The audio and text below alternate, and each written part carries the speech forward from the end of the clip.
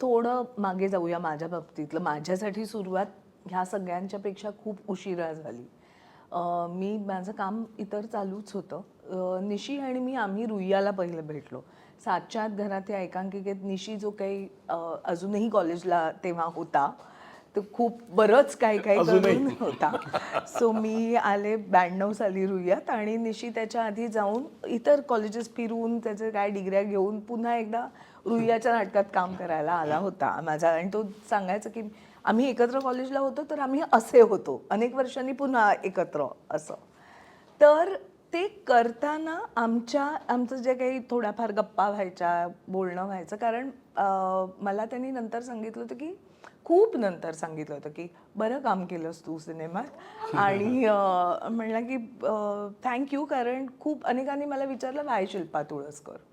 So यातल्या काही गमती आहेत त्या अशा की जसं निशीनी त्यात आणि मी आता त्यानंतर सूरज बडजात्यांबरोबर काही टेलिव्हिजनचं काम केलं, तर मला त्या कॅरेक्टरमध्ये बघू म्हणजे इमॅजिन करू शकणार नाहीत असं मला वाटतं. आणि ते निशीनी केलं, तेवढा विश्वास दाखवला माझ्यावर. So I will be grateful. Sandeep म्हणाला तसंच माझंही म्हणणं आहे की आज कितीही मी काम केलं, माझं सिनेमाचं बॉडी ऑफ वर्क फार नाही आहे. तेलगू, मल्याळम, गुजराती सगळं झालं आहे. आत्ता तेलुगू करून आले मी अनेक सिनेमे. पण मराठी सिनेमा माझा कुठला म्हटलं तर तो डोंबिवली फास्ट येतो. आता ह्यापेक्षा मी काय बोलू. दुसरी गोष्ट अशी की करताना काम ह्यांना खूप काय काही माहिती होतं आणि मी असं डोळे, नाक, कान सगळं उघडं ठेवून पाहत होते. संदीप बरोबरचा कम्फर्ट होता तो का आणि कसा आहे ह्याला माझ्याकडे काही एक्सप्लेनेशन नाही. निशी बरोबर करतानाचं दडपण होतं, कारण त्यांनी मला स्क्रिप्ट ऐकवली नव्हती. मी अख्खा सिनेमा एका प्रेस स्क्रीनिंगसाठी पाहिला, फेमसला पहिला, नंतर रवींद्रला आमचं सगळ्यांसाठीचं हे होतं. ह्याच्याबरोबरचा आता काही इश्यू नसतो, कारण DOP is your best friend. डिरेक्टरपेक्षा एक पैसा पुढे. काही गोष्टी ज्या माझ्याकडून राहिल्या त्याही मी सांगेन. पण निशीचे ब्रीफ्स आधी, मध्ये आणि फोनचा एक फोन कट होता ज्याविषयी खूप बोललं गेलं नंतर, ते सगळं तो समोरून मला क्यूज देत होता ना. मी जेव्हा सिनेमा पाहिला तेव्हा मला कळलं की संदीपनी काय केलं आहे. ॲक्टरला मदत नेहमीच होते, एक मास्टर होतो किंवा काहीतरी आपण एक रिहर्सल केलेली असते. फोन कटसाठी त्याचा भाग ऑलरेडी शूट झाला होता आणि तो काय इंटेन्सिटीला होता हेही मला माहिती नाही. कुठे तुम्ही मॅच करणार, काय करणार, विचार तू सगळं करशील. पण तर इथे तो देतोय ते क्यूज, माझ्याकडे बघ आणि माझ्याकडे, आणि आम्ही 1 टेक ओके केला होता आणि ही ओके डिट. वी डिडंट हॅव, कारण तो म्हणेपर्यंत काही नाही, तो 1 मोर म्हणाला असता तर 1 मोर झाला असता. सो ह्या पण ह्यांच्या काही गमती जमती आहेत. आता ह्या डिजिटलच्या युगात कोणाला ह्या टॅलेंटबद्दल कळणार नाही, कारण ती टेक्नॉलॉजी त्यांना माहितीच नाही आहे. कारण DOP ओके म्हणेपर्यंत शॉट ओके नाही होणार, डिरेक्टर काही म्हणो. सो त्याची मला निशीची ऑफकोर्स मदत झाली. सुरुवातीचा जो कुकरचा सीन वगैरे आहे, यातल्या बाकीच्या गमती अशा आहेत की एक खूप कर्कश असा टोन त्यांनी मला दिला होता. आणि त्या दिवशी शूट सुरू व्हायच्या आधी आम्ही तो डिस्कस केला. तो मला म्हणाला हा तुझा आवाज वाटला नाही पाहिजे. सुकन्या त्यांनी मला नंतर डबिंग तू का नाही केलंयस, पण किती अगं तो असा आहे.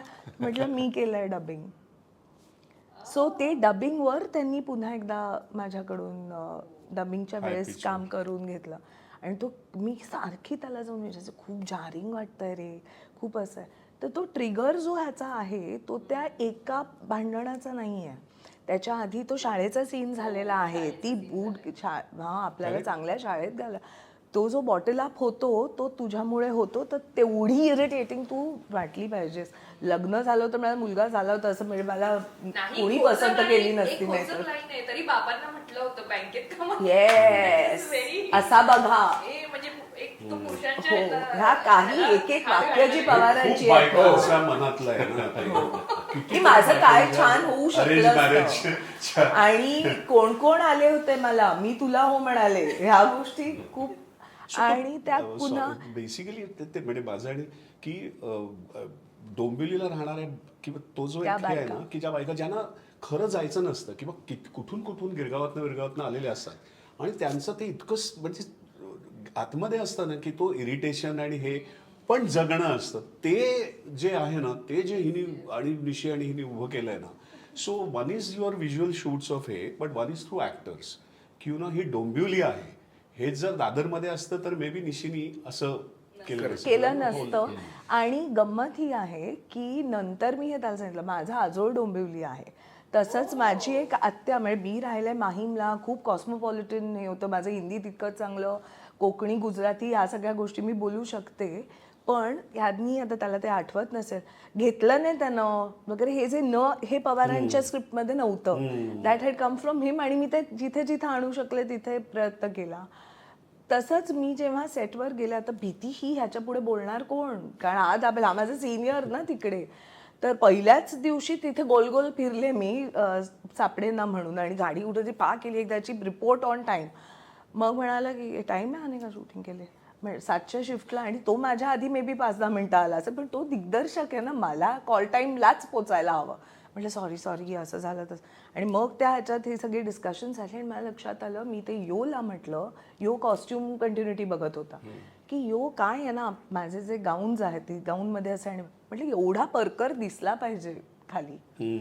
सो तिकडे मला निशिनी असं, म्हणजे मला असं, माझी ती यो मोमेंट होती की त्यांनी असं किया तूने कुछ तो सोच के आई आहे म्हणाला. तर म्हटलं बरं, पण त्याला मग मी सांगितलं की मी इथे डिलाईल रोडला हाजी कसमच्या चाळीत माझी आत्या राहायची, तिथे कित्येक सुट्ट्या मी हे सगळं बघत, आणि ती जी जारिंग हे आहे ना, ते सगळं तिथून आलंय. पण तिकडच्या सगळ्याच बायका अशा काय म्हणतो अनहॅपी, आणि त्या आनंदी असतात त्यांच्या त्यांच्या संसारात. ही अलका आपटे तशी नव्हती, किंवा हे पाण्याचं वगैरे जे काही काय लेवलला जाऊ शकतं ते डोंबिवली फास्टमुळे कळलं मला. पण ह्या छोट्या गोष्टींची ती फक्त त्याची मदत, कारण तोच एकटा असाय, आणि हे वासू बिसू माझ्या समोर कोण उभे राहायचे नाहीत तेव्हा. पण त्यांची सिनियर होती, मी सिनियर, आणि I was already Shilpa Tulaskar by then. नंतर आमची खूप छान मैत्री झाली. पण ब्रीफिंग हे फक्त तो करायचा. मारलं असतंच ना. एक ते, आणि आमच्या ह्याचा सीन मला इव्हन संदीप साठी पोरगी आमच्या बरोबर होती, सृष्टी, ती फारच छान होती. शाळेच्या ऍडमिशनचा जो बरं तो एक मराठी ऍक्सेंट विच असो सेक्सी, तो जो यावा लागतो, तिथून आम्ही बाहेर पडलो. तर मी निशीला म्हटलं मी असं करू का, मी साडी उचलून ती तडतड चालते ना, ते रिहर्सल म्हणाला हे करशील, म्हटलं मी करू ना, कारण करू ना म्हणून आधी करून दाखव, हे होणार. ह्या छोट्या छोट्या गोष्टींची लोकांनी आठवण काढली, मग तेव्हा सुखावतं मन जरा, की आपण थोडंफार जे काही करतो ते. शाळेचं सीन जेव्हा ती मुलीला ती टीचर काहीतरी म्हणायला लावते, 0-0 वालं लिहिलं पण लिटल थिंग्स. आणि टाळ्यांचीच वाक्य असतात. आता हे जे होतं की मला बाबांना सांगितलं होतं बँकेतला बघा वगैरे, असा अजून एक सिनेमा जो आला नाही, गिरीश मोहितेचा होता, त्यात त्यांनी माझ्या तोंडी असं चाळीतली ती बाई असं वाक्य होतं की त्यांना सांग फार आगाऊपणा करू नका, खाली शाखा आहे म्हणावं. सो मला इतकं वाईट, कारण ही this is very classically Sanjay sir. बरं, शूटिंगच्या वेळेला ना ह्याला एक सवय होती, वल्ला. चांगलं काही झालं की निशीला विचारते, हा काय आता दुबईवरून आलाय का असं. म्हणजे छान झालं. तर ते यू कीप वेटिंग ना, हा काय किंवा तो काय. खूप दिग्दर्शक असे आहेत, तर हा काढ चलो आगे असं करतात, आणि it's extremely demotivating for an actor. हा काय असं बोलतोय. बरं, आपण संदेश तुमच्या सीनवर तुम्ही दोघं, मला वाटतं डोंबिवली ट्रेन मधला जो ट्रेन मधला सीन आहे, त्याच सीनला तुमचा एकत्र सीन आहे.